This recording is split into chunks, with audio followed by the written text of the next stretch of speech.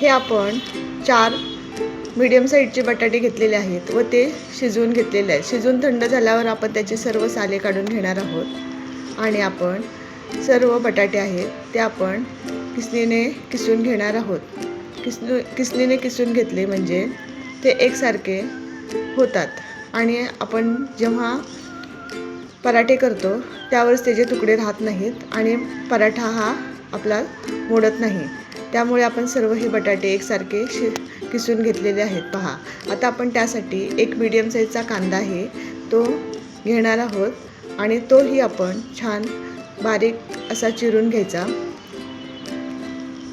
बारीक चिरलं म्हणजे पराठ्यातील सारण हे पराठा लाटताना वरती येत नाही आणि पराठा छान असा लाटला जातो. त्यामुळे आपण बारीक चिरून घ्यायचा. तसेच आपण कोथिंबीरही घेतलेली आहे, जरा जास्तच कोथिंबीर घ्यायची आणि तीही आपण बारीक चिरून घेणार आहोत. कोथिंबीरीमुळे पराठ्याला छान असा स्वाद येतो. आता हे आपले कोथिंबीर आणि कांदा हा बारीक चिरून झालेला आहे. आता आपण बटाटे आहेत किसलेले ते आपण घेतलेले आहेत. त्यामध्ये आपण आता पाव चमचा जिरे पावडर घालून घेतलेली आहे. तसेच अर्धा चमचा धने पावडर घेतलेली आहे. अर्धा चमचा हळद घेतलेली आहे आपण. अर्धा चमचा मिरची पावडर, तसेच अर्धा चमचा गरम मसाला, पाव चमचा आमचूर पावडर, तसेच बारीक चिरलेला कांदा आहे तो घालून घेतलेला आहे आणि तसेच बारीक चिरलेली कोथिंबीर आपण आहे ती भरपूर अशी घालून घेतलेली आहे. आता त्यामध्ये आपण मीठ घालून घेतलेलं आहे आणि हे आपण छान असं एकत्र करून घेणार आहोत. सर्व मसाला छान असा सर्व बटाट्याला लावून घ्यायचा, छान असं मळून घ्यायचं. आता हा पहा आपला आतील बटाट्याचं सारण आहे ते तयार झालेलं आहे. मी कणिक ही मळून घेतलेली आहे. 2 वाट्या मी गव्हाचं पीठ घेतलेलं आहे व अर्धा वाटी मैदा घालून हे छान असं मऊसर पीठ मळून घेतलेलं आहे. खूप घट्ट मळायचं नाही, नाहीतर पराठा छान असा मऊ होत नाही. आता हा आपण असा मोठा एक पोळीच्या आकाराचा गोळा घेतलेला आहे. तो आपण असा गोळा करून घेणार आहोत खोलगट आणि त्यामध्ये खूप असं पुरण घेतलेलं आहे बघा, बटाट्याचं सारण ते आपण त्यामध्ये भरून घेणार आहोत. आता हे पहा आपण बटाट्याचं सारण घातलेलं आहे आणि हे छान असं दाबून व्यवस्थित असा गोलाकार पुरण भरतो त्या पद्धतीने आपण भरून घ्यायचं. आता हे आपला गोळा तयार झालेला आहे. आता आपण पोळपाटावरती पीठ लावून हलक्या हाताने, खूप असं दाबायचं नाही, नाहीतर पुरण आतील बाहेर येतं सारण.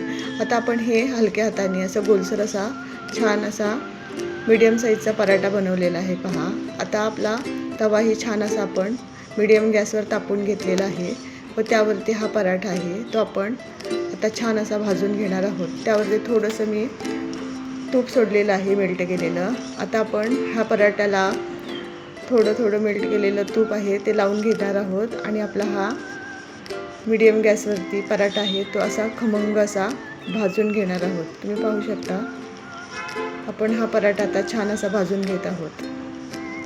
खूप जास्त गॅस मोठा ठेवायचा नाही, नाहीतर पराठा करपतो. आता हा बघा किती छान असा गोल्डन कलरचा आपण भाजून घेतलेला आहे. अशा पद्धतीने आपण आता हा दुसराही पराठा आहे त्याच पद्धतीने आपण गोळ्यामध्ये सारण भरून आपण पुन्हा तो या पद्धतीने गोळा तयार करणार आहोत. याच पद्धतीने आपण एक एक असे पराठे करत सर्व पराठे आपण करून घेणार आहोत. पटकन झटपट आणि घरच्या साहित्यात सुंदर होतात. हे पहा आपलं सारण पण भरपूर बसलेलं आहे आणि आपला पराठाही फुटलेला नाही आहे. अशाच पद्धतीने मीडियम गॅसवरती आपण तूप लावून असा खमंग असा पराठा आपण भाजून घेणार आहोत. पाहू शकता आता हे आपले छान असे पराठे तयार झालेले आहेत. खमंग गोल्डन कलर आलेला आहे. तुम्ही हे या पद्धतीने पराठा करून पहा. चवीला अतिशय सुंदर होतो, घरच्या साहित्यामध्ये होतो आणि सॉस लोणचं, दही याबरोबर कशाबरोबरही तुम्ही खाऊ शकता. हे बघा किती सुंदर झालेलं आहे. अशा पद्धतीने बघा सारण हे किती छान असं भरपूर असं प्रमाणात बसलेलं आहे आणि तुम्हाला पाहू शकता या पद्धतीने पराठा खूप सुंदर होतो. रेसिपी आवडली असेल तर नक्की लाईक, शेअर आणि सबस्क्राईब करा. थँक्यू.